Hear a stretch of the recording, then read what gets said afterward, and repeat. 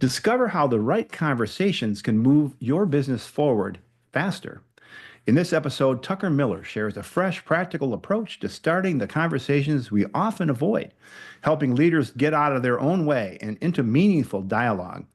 Listeners will gain strategies to communicate more clearly, confidently, and purposefully, especially when the stakes are high. Welcome to the Lead Machine Growth Show, where you will discover how to tackle your tech, master your message, and design your dream. Paul Guyon, the mastermind behind the Lead Machine, introduces you to trailblazers who inspire you to implement life-changing solutions and systems you can model to nurture your leads and get your offers seen by your ideal clients who will invest in themselves and you. Be sure you visit our website at www.leadmachinegrowthshow.com. While you're there, subscribe to us via your favorite network. Now, tune in and get ready to transform your vision into reality. Welcome to the Lead Machine Growth Show. I'm Paul Guyon, your host, lead machine coach, and the founder of the Lead Machine Marketing Group and Mastermind. I'm dedicated to helping you tackle your tech, master your message, and design your dream life. So whether you're just starting out or you want to take your business and leadership to the next level, let's get this conversation started and turn your dreams into reality. Tucker Miller is an executive coach, speaker, and author of The First Four Words, which we're going to be talking a little bit about today. It's a practical guide to starting difficult conversations with clarity, confidence, and she's got over 35 years of experience in HR and senior leadership and law. She helps entrepreneurs and executives refine their messages, lead more effectively, and grow businesses that align with their values. So there must be some marketing in there too. Tucker brings a blend of strategic insight, human-centered storytelling to help leaders navigate high-stakes communications and design the impact they want to have. What an impressive bio there. Welcome, Tucker. Thank you so much for coming today. I really, really do appreciate you making time for this. Thank you, Paul. It's very nice to be here. I was appreciative of the opportunity to speak with you and your audience today. Yes, thank you. Mine as well. So law, HR, leadership, coaching, and there's got to be some marketing in there somewhere, I know, and messaging. So you talk about conversations being essential to business growth, especially the ones that we avoid. Why do you think leaders hesitate to have them, and what helps shift that? You know, part of the reason why leaders are hesitant is that the higher you advance in your career and in your company, the more visibility that you have. And we think visibility is an awesome thing. It is. Mm-hmm. Visibility is currency. But that greater visibility also means that when you make a misstep, more people see it, and sometimes the stakes can be quite high. And so I think leaders oftentimes are very aware of their image and the message that they're trying to convey in a way that sometimes makes them hesitant to say what's really on their mind or to really speak from the heart. So we talk a lot about authenticity.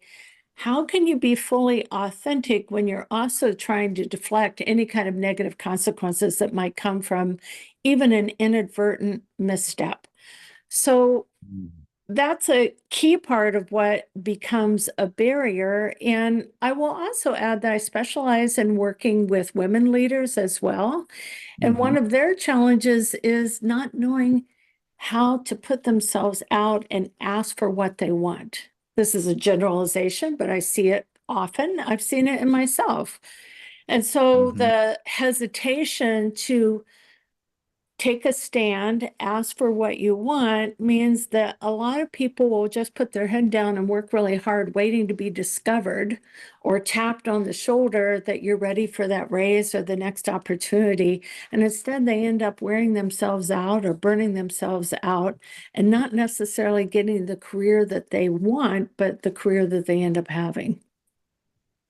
Right. And so let's unpack that a bit. I think that there's a reason why you specialize in this with your experience in law, number one.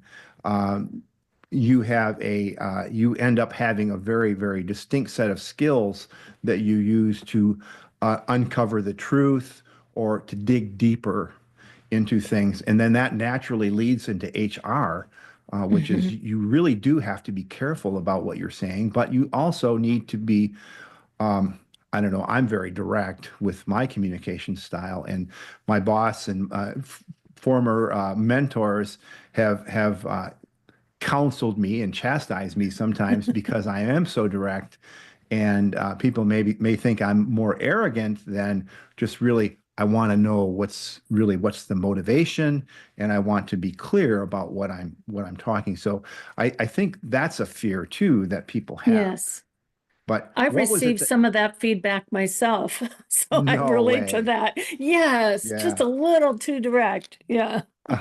Well, one of my recent employers said that, Paul, is it discernment is or virtue? Discernment is a virtue, or discretion is a virtue. And sometimes I don't use discretion because I know that there's a need to get the message across, which Yeah. is for the betterment of the company and the welfare of the business, rather than tiptoeing around people's personalities. Do you find that the truth, and how do you navigate around that? Well, I think one of the things to remember is that all of those various styles that you just kind of ticked off, like direct or Mhm. maybe softer or more consensus oriented, they all have their place. And it's really knowing how to leverage the right ones situationally. So we don't Mhm. always need to move quickly with urgency in a crisis. Maybe that's the place where we soften it up and let more people talk. But there is a time when it's go time. We're going to be direct, and we're going to have to adapt. And so one of the things that I work on with leaders is really identifying a range of leadership styles so that they can effectively show up in the conversation, not just with the right words, but also with the right delivery. Yeah. When I think about the world that we're in today, uh, the your identity as a leader or as a creator, content creator, or an author, a speaker, you have a brand that's unique Mhm. to you. And even though you may be working in corporate America or in a corporate situation or as a solo entrepreneur, you have a brand. So how does that fit into the leadership style that you're teaching? I think that's a really good point. So we all find ourselves in a community, a society, or a corporation, a business. And there is within that group a culture that exists there, Mm, independent of our own personal brand. So finding that comfortable intersection between our personal values and the organizational values is really critical. Yes, we want you to be authentic, but in the context of serving the greater good or our collective business enterprise. So that's part of the situational insights that you bring to leadership is I want to show up consistent with my own values and standards, but I also may need to temper it not only to my listeners, my team, but mhm, also understanding the environment and the purpose for which we're all here in this enterprise together with. So, mhm. self awareness and reflection become key areas to really understand what your own personal drivers are in the larger context of where you are and who you are trying to lead. Yeah, I think self-reflection is super important especially when you're in a leadership role and you're trying to get your team, you're leading your team to the next level, um, but you want to reflect on who you are and what those motivations of, you said, morals and values, Mhm. those are important. And uh, I find sometimes that leaders kind of crunch up against their values and morals in situations. Uh, Maybe it would be there might be an opportunity that, well, you kind of have to, maybe cheat a little bit, Mhm. which I don't agree with. and I don't think that that's necessary. But some businesses do. So how do you handle that with when there's a conflict of interest? Do you run like hell? You may end up having to run like hell, or, there's a common phrase, and it's not one that I appreciate very much in an HR sense, but what's the fit? Is there a good fit? It's very hard to thrive if there isn't a good personal fit with the organizational requirements.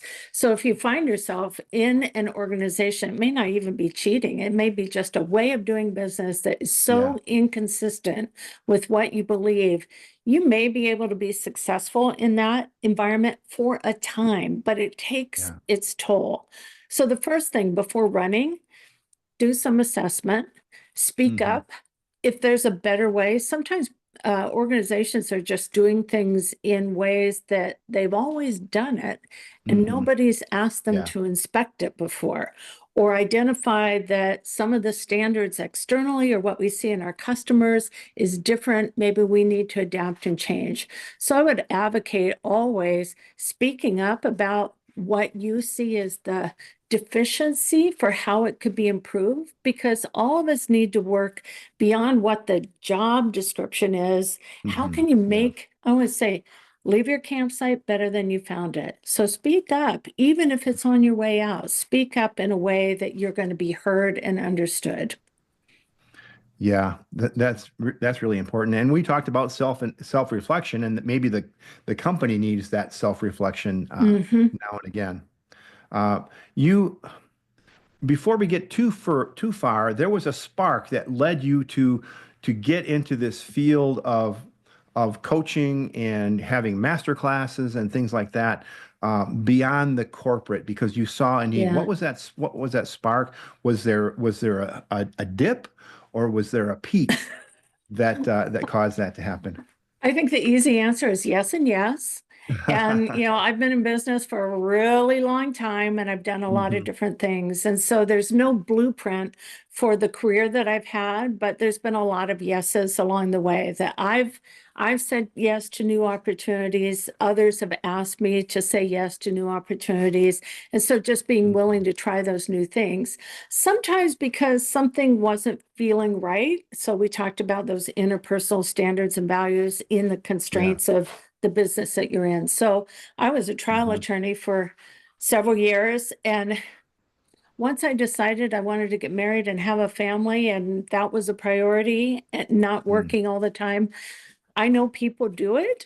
I just was having a hard time doing it. So I was looking for other opportunities. So that was maybe a dip. Of course, I got married Hmm. and had kids along the way. So that was That's maybe a that's an peak. uptick. Yeah, but there's Yeah. been a lot of ups and downs. But through every career that I've had, and you're right, there has been some marketing, there has been some sales along the way. It's Hmm. been constantly calibrating to that better version of what resonates with me personally. And my passion has always been helping people thrive. And so through all of the various stages of my career, what's the way that I could amplify my ability to contribute in a positive way to people's experience, particularly in their work life? And that's ultimately through this very circuitous route what got me to doing the work that I'm doing now. Right. And I think you can help more people when you're not in that corporate environment. You have more freedom. You Yes. can make an impact, yet you don't have to entrench yourself in any one thing. So does give you a lot of freedom, doesn't it? Yeah. A lot of freedom Yeah. and a lot of creative Yeah. opportunity to think Uh-huh. outside the box. So tell us about the book, The First Four Words. That is intriguing. Does that have anything to do with those conversations that you tend to avoid? Boy, does it ever. It absolutely does. I love how you asked that And question. I'm and going I to don't give you know a the book. peek. Here's the I don't book. know the I'm book. going to give you a peek of the book, the first four Okay. words. So, this was the answer to a problem I kept facing with my clients. And I'd be working with very senior leaders, very accomplished, many educated, well-educated people. And the problem was never the vocabulary of what to say, but the problem that kept coming back to me was I would ask them, why didn't you have the conversation with whoever that you said you needed to have? And people would consistently say, I didn't know what to say. And I thought, there's got to be a way to break that down. They're not really telling me they didn't know what words to use. What they're saying is the stakes were high. I was uncomfortable. I was afraid of what would happen. I was afraid that it wouldn't go well, or someone would complain about it, or whatever it happened to be. So I thought, there's got to be a way to get past that problem and quit talking about all the ways that you might have the conversation and just simplify it. And so I had the idea, if we could gamify it a little bit, what might happen, and get out of that fear brain and into that creative part of our brain that likes to solve puzzles. So I found myself asking my clients, all right, you didn't know what to say. But if you did know what to say and you could say it in 4 words, what would you say? Suddenly, they had a script of 4 words. And I said, do you really believe it could be that simple? Yeah, I think it could. I said, would you be willing to try it out? Yeah, I think it would. And I had a few people who said, there's no way this would work. I said, would you be willing to prove that to me and go try it? And they would. And what we found consistently is simplifying the message, getting it shorter and clearer, not only made it easier to start the conversation, it was easier to have the conversation and have it with the person on the other side really understanding and taking in the message. It became that kind of breakthrough idea that I thought, I bet other people might benefit from this too. So I decided to write a book. It is a book initially started to address leadership challenges, but throughout the book, there are some personal stories as well that are informed by my experience as a parent, a neighbor, a community member, a daughter, how to, encourage and build trust, how to deal with setbacks. So there are other things in the book that go beyond just leadership topics as well. Okay, let's let's dig into that a little bit. I'd like to know. Of course, I knew from the start that our business and our personal and familial and community, those are all part of us, and they're all part of. We all have people that we either have to interact with, work with, supervise, or measure up to, or manage up to. So give us some examples of some of those, maybe from the corporate things, that, especially the things that, let's talk about maybe an employee who is consistently late, always making excuses, and that they can't possibly have car trouble every day or have a pet problem every day. And how do you approach that situation? The first thing, this is where we come back to self-awareness, is just sort of manage your emotions here a little bit, because oftentimes leaders on things that are just so irritating, where it's a repeated behavior, they wait and they wait and wait, expecting that the person's going to figure it out or change the behavior. And maybe if they ignore it long enough, it'll solve its problem. And so by the time we initiate that first conversation, there's oftentimes this high level of frustration. And the tendency is to kind of come at it a little too strong, or for you and I, Paul, maybe a little too direct. So we have to kind of think about that. So I had someone who was asking me about this approach, similar to you, and said, I don't know, I just don't see this working. I don't see how this could work. Can you give me an example? And oftentimes people will think the first 4 words, what are the 4 words? What's the script? And there's no script, it's a strategy. Right. But I said, what if you said, let's have a conversation? And he sat back and he counted it out, 4 words. And he said, I think that would work. I have been avoiding conversations with some of my team members because they just weren't coming along, and I thought they should. I said, did you ever share that with them, or where you felt it? No, he hadn't. So let's have a conversation is an easy place to start, and surprisingly impactful when you start to realize maybe there's some things that I haven't been as clear about. Another one, we need a plan. We need a plan. Let's solve this together. What's going on with you? How can I help? So we can use these simple phrases as statements to initiate the conversation, but also as questions to invite understanding and back and forth interaction. So those would be some examples I would start with. And with leaders, I very specifically focus on mastering the conversations around feedback, expectations, conduct, and support. And those become areas where I have throughout the book many examples of different phrases that will fit each of those categories so that people will end up with not only a toolbox, but there's lots of space there for them to journal and start creating their own forward phrases. And what happens consistently, because I get the emails all the time, people will say, "Did you see what I did there?" They'll write me something and they'll have a forward phrase. "Did you see what I did there?" And I see get it. Yeah. Yeah. I really like that. And that's not just for a corporate Right. thing. Uh, so that's one type of conversation leaders often avoid. What does it cost them for avoiding those? And what are maybe give us a couple of examples of Sure. the really, really like you say, high stakes conversations that leaders tend to avoid because of that fear and things. So a lot of it has to do with performance issues that they're kind of standing back and waiting till they get so upset that now it's another problem rather than a coaching problem. It becomes Yeah. almost disciplinary. But I had an engagement where I was hired by an organization to work with a very well-recognized leader who had tremendous amount of insight in their R&D work. And I was asked to work with her because they needed her brain and her leadership. And she tended to be a little bit withdrawn and hesitant. So I was speaking with her, and she shared with me, I just met with my manager. We were in a meeting, and I made her mad.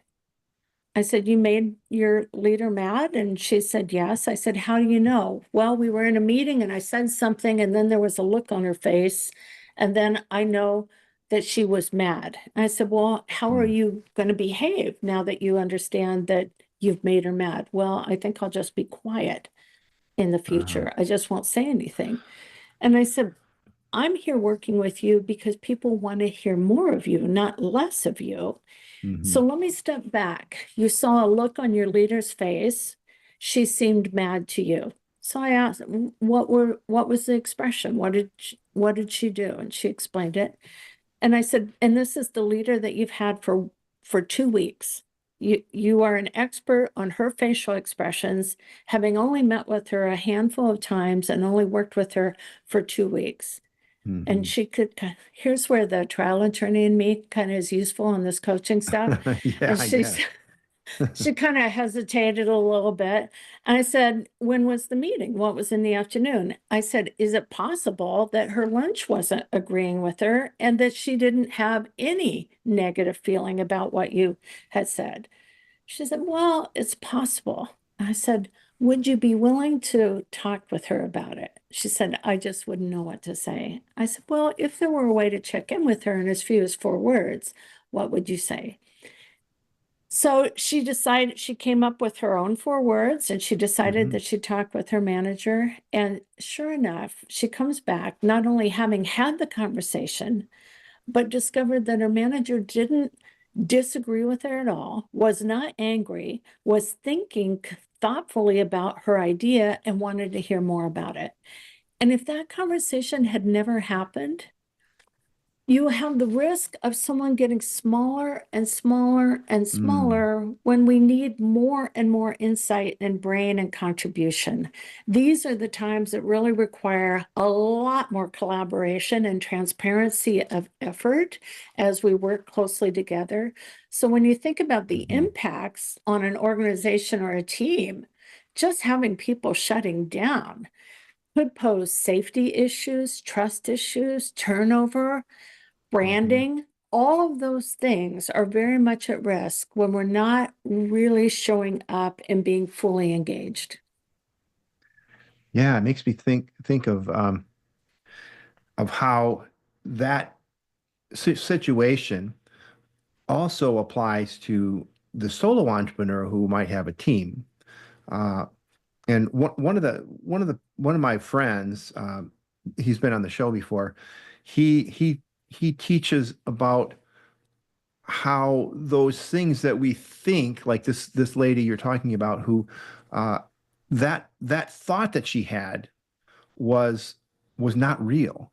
Right. And what he teaches is that he has you hold up a pen and say to yourself, which is more, he says realer, which is more real, this pen or that you made your manager mad? Which is more real? This pen is real. Yeah. But is it possible that this feeling that you have, is it possible that that it's not true? Right. Right. What is the likelihood it is true? You don't know. Could you have a conversation about it? And so that was like for me, it was an aha. And then what you just said is an aha, is that if you examine that conversation, and this is so common when you have Uh-huh. one department who passes information to another department. Let's talk about art and sales. So you got the salesperson talking to the customer or the client, and the art department. So the art department, their customer is the sales department, and Hmm. the salesperson's job is to convey what the customer wants, and the art department has certain guidelines that they need to have. But they if they don't talk, they complain about each other constantly. And Right. this four-word conversation could totally eliminate that. Yes. There's a promise that there is between the two departments of, I'm going to give you the best information I possibly can at the time I have it, and it frequently isn't all available. And that's the promise that the sales department and the art department has a promise that I will get you your art as you requested back to Right. you within a specified amount of time. But there's tension there because they don't know that the customer or the client didn't give them everything that they needed, and the sales department has 100 customers that they're trying to do this process with, and so there's tension between there. But those four words could disarm that, uh, Right.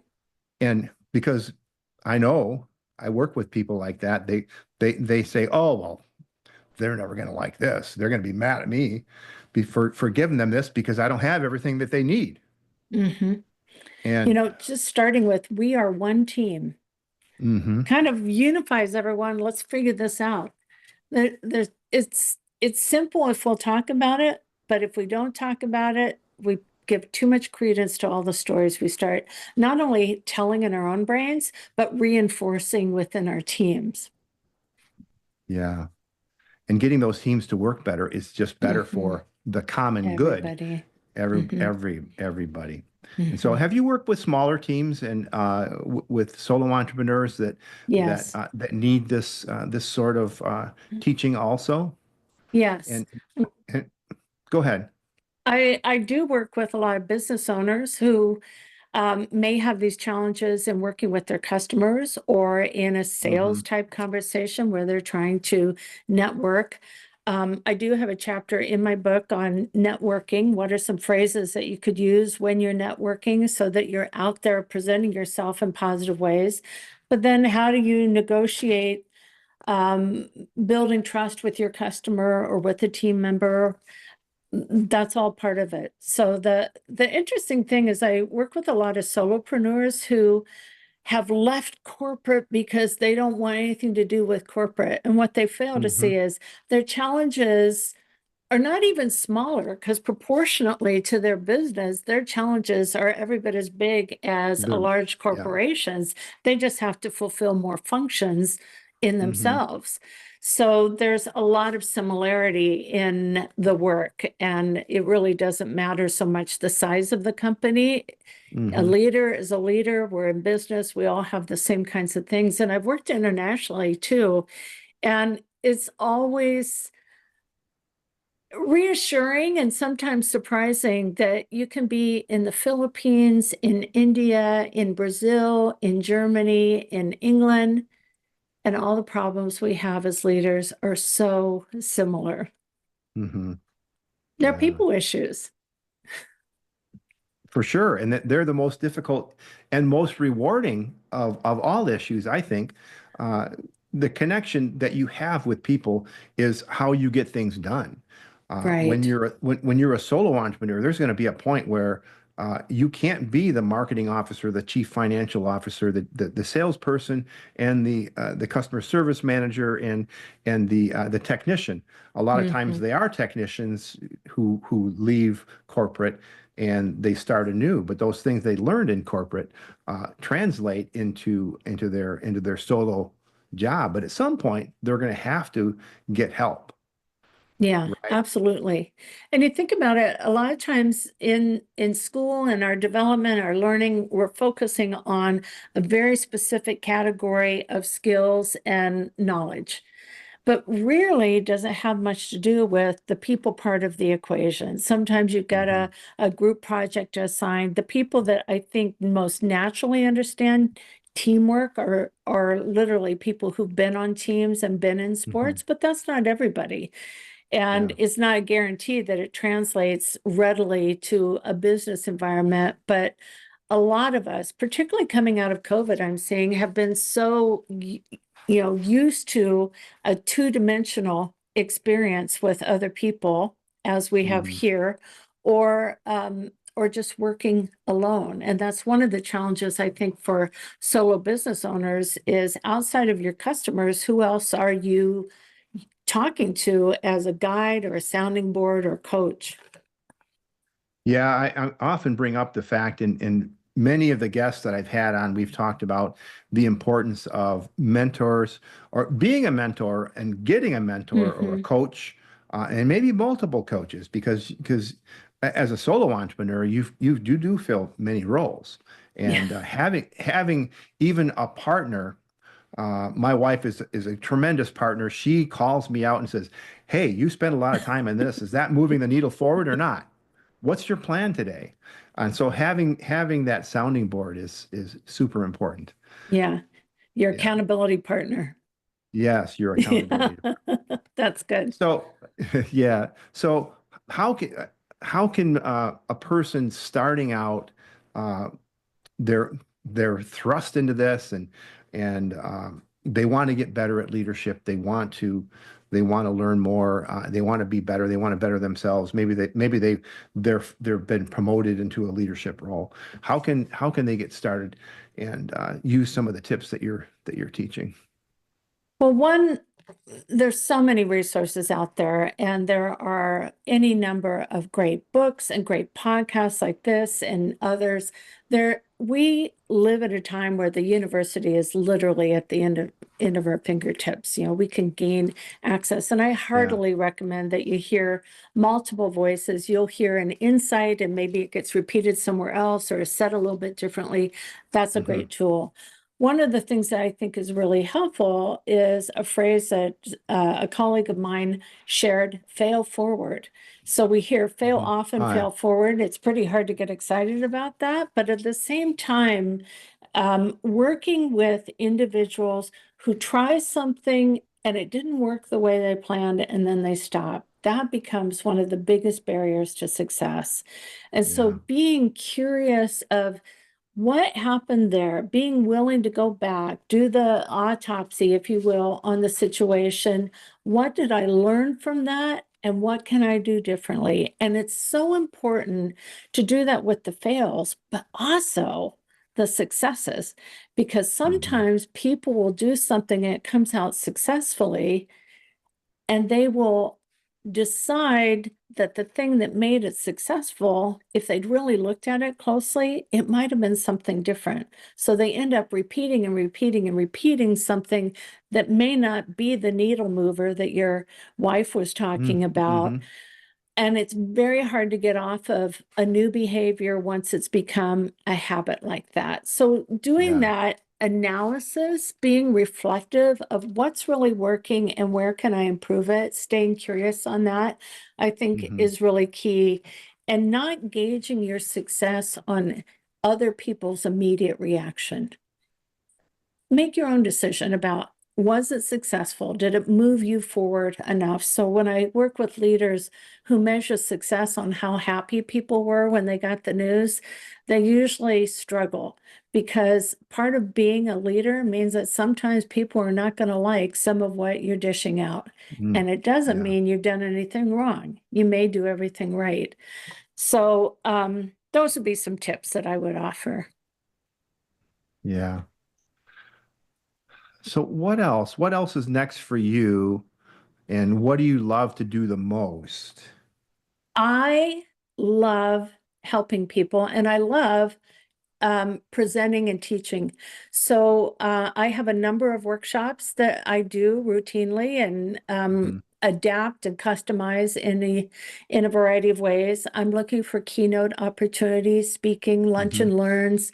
Um, and I have some free complimentary LinkedIn Live events coming up. I'm going to do some monthly ones through June to September. I might take August off because everybody else seems to, but you Yeah. can find out more about those on my LinkedIn page or at my website.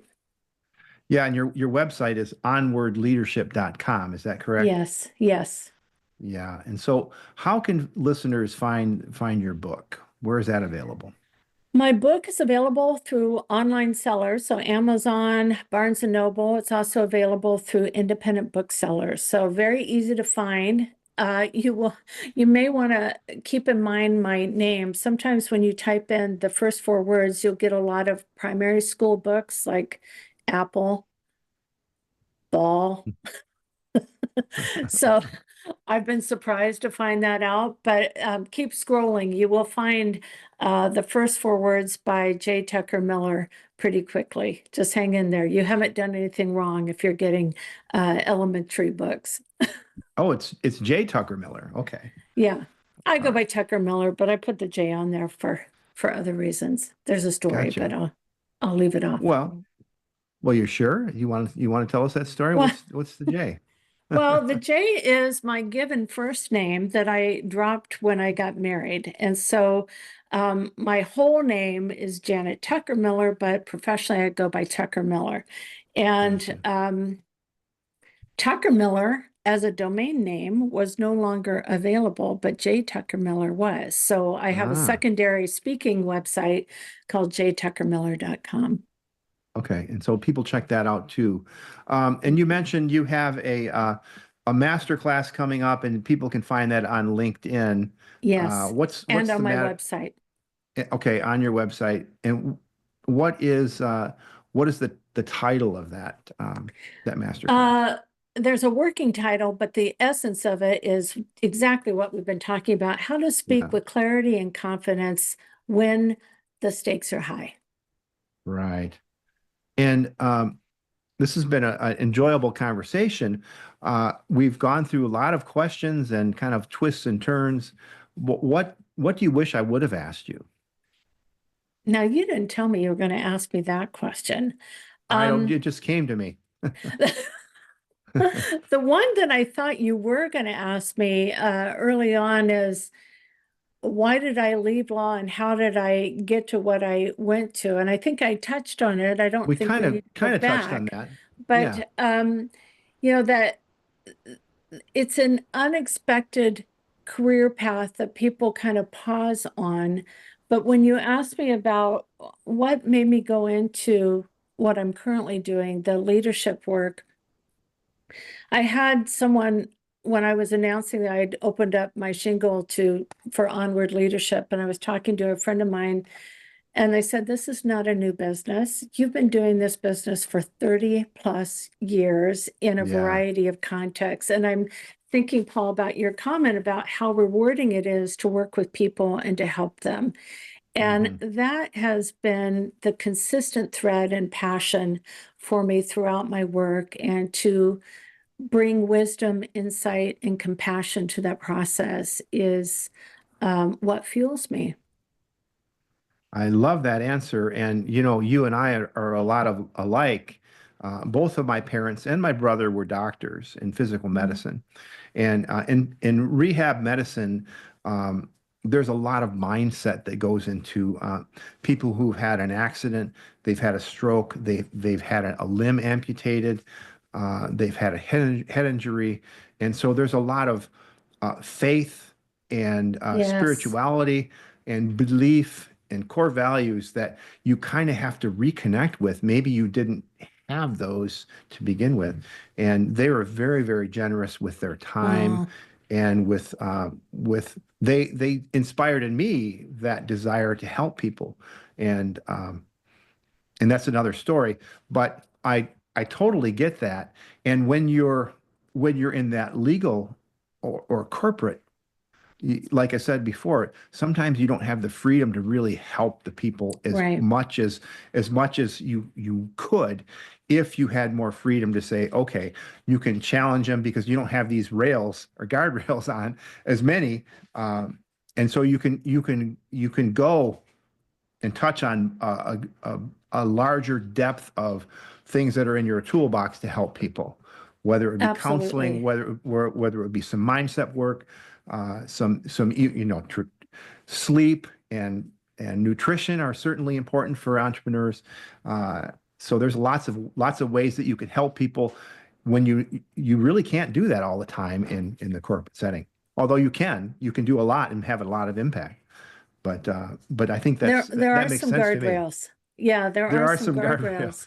And Yeah. having been in an HR role for many years, I set some of those guardrails as well as in legal. But one of the Yeah. things that I found is so powerful by way of helping people is just giving them that truly safe space to speak honestly and openly and know that they won't be judged or someone's not going to document it or have to report it. So that's been Yeah. a really key part of the helping. Is I think a lot of us need people to talk to, but you need to know that the person you're talking to is someone that you can really trust, has your best interests. Right. And having us just even sometimes just holding space for people Absolutely. to either vent or share that thing that could be holding them back. Or Absolutely. just sometimes you have to point out that could this be asking a question that say, have you thought of this? Could this be something that you should look into? And let's unpack Absolutely. that. Mm-hmm. Yeah. Yeah. So can we talk? That's 3 words. Yes, we can. Yeah. Yeah. 3 All words right. works. I mean, it's not, the intention is not that we're constricted by 4 words, but that we're simplifying it in one way or the other. If it's 3, Yeah. 5, or 8, we don't worry about it.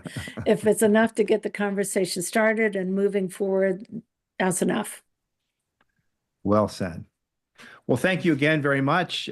Remember, those who are listening, make sure you check out onwardleadership.com and connect with Tucker on her LinkedIn and at her website and check out her masterclass. Certainly look up her book. And remember, faith and action go hand in hand. So keep the pedal to the metal. Until next time on the Lead Machine Growth Show, I'm Paul Guyon, your host, and Tucker Miller. Thank you so much today. Thank you. Thank you for tuning in to the Lead Machine Growth Show with Paul Guyon, where we show you how to tackle your tech, master your message, and design your dream so that you can transform your vision into reality. Remember to visit our website at www.leadmachinegrowthshow.com and enjoy even more great episodes like this one. Again, while you're here, subscribe to us via your favorite network. We look forward to seeing you next time on the Lead Machine Growth Show.